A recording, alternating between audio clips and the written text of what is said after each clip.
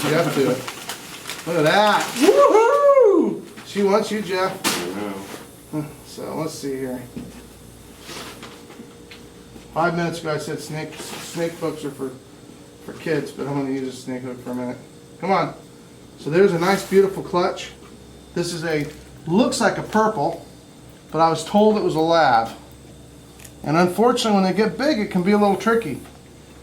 I can't believe this ain't a purple. But we'll know. It's dark. We'll know because it's just real obvious when you get the eggs. Because it'll either be purple or it won't be purple when you breed it to a purple. And we know we bred it to a purple sunfire golden child. So we should be able to make some cool things. So, let's see if we can make her not look terribly defensive like she is, because she's completely thinking we're going to steal her eggs. But don't tell her it's completely truth. Now this is for those of you that have never watched YouTube before, this is a reticulated python, an albino. And these are eggs. Pythons lay eggs. Pythons lay eggs and boas have live babies. It's one of the fundamental differences between boas and pythons, but I'll tell you a little secret. Not always true. So, come on, girl. Yeah, I get it. I get it. I get it. I get it. You're determined that we're not going to steal these eggs. But I'm determined we're going to go take care of them for you anyway. So we're both going to be happy by the end of the video. Okay.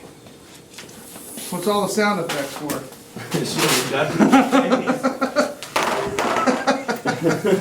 Okay, so look at that.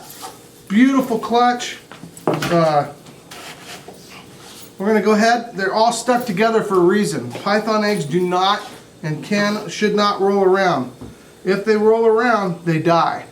Unlike a chicken egg that's got to be rotated, a python actually keeps them all together. And when they keep them all together, they actually have a little glue that they're on the outside of the eggs, and when they come out and dry, they stick together. So we're going to carefully pull them apart. These ones are pretty. She must have laid like last night. When I came in this morning, she was done.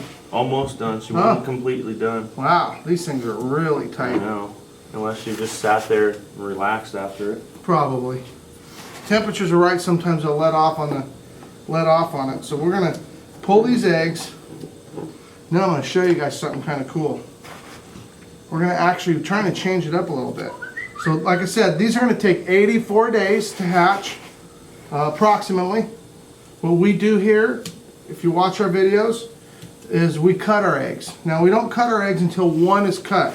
So that way we know the timing's perfect. If you cut them early, they still do fine as long as it's not too early. But we just decided that we're going to let them do their own thing and let the first one cut. And if you notice, the eggs are actually flexible. That's because they actually grow during incubation. Python eggs will swell maybe 30% larger. Can weigh quite a bit more depending on how much humidity that they're actually suck up. A lot of it's water. The reason why the python lays so tight around them also to incubate them is not only for temperature, it's actually to seal it so that the humidity stays high. Leave the ones on the bottom so we can move those at once. So we're going to show you some of the color phases. You saw her, right? Now the snake we bred it to is called a golden child. It's codominant. Codominant means that the gene will pass in one generation, and it doesn't need to have any relatives in the line. Well, I say relatives loosely, but you could have two albinos that are completely unrelated and make all albinos, but they're still have a common gene that's identical in both of them, and that'd be the albinism. Because you can also breed two albinos and get all normals if it's non-compatible. Now, what we bred also has is a sunfire gene. Sunfire is codominant. So what we did is we bred albino, and we put a codom, two codoms, and a recessive together. So the father is an albino. It's actually a single gene albino, because the lavender albino is actually technically not a real albino in a way, because it's two unrelated genes working together, and they make an albino that's compatible. And it's a white, a T positive, T negative, and the one in the middle is a lavender. Now this one here is purple, so it has two copies of the purple, and then it has the which makes it albino, and then it also has, look at that, we don't even have nearly enough room. box. Yeah, but we're going to do that later. We're going to stack the eggs. Let's go over here and look at something right here.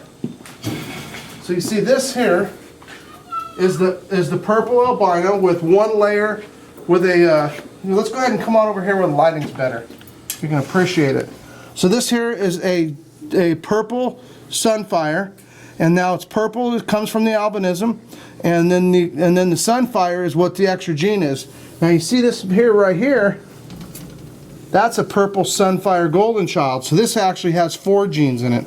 Has 2 copies of albinism in it, which makes it a complete homozygous, and however that word goes.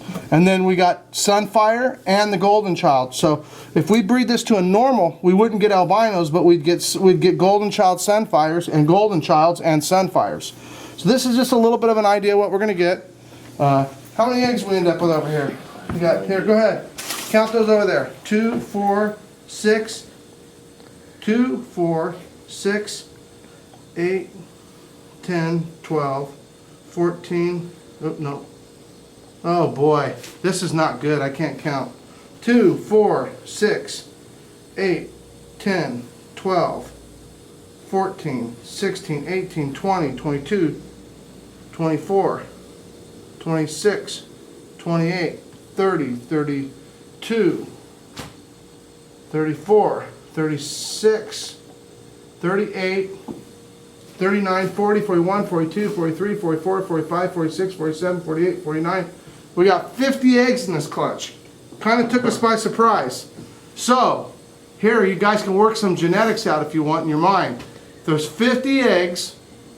Here's the funny part, they all overlap, right? There's going to be 50 albinos because we're guaranteed it because there's albino on both sides. But this is genetic quiz. 50% of them are going to be sunfire. 50% of them are going to be golden child. But what does that really make the math work out for on it? Right down on the bottom of this and see if you guys know what you're talking about.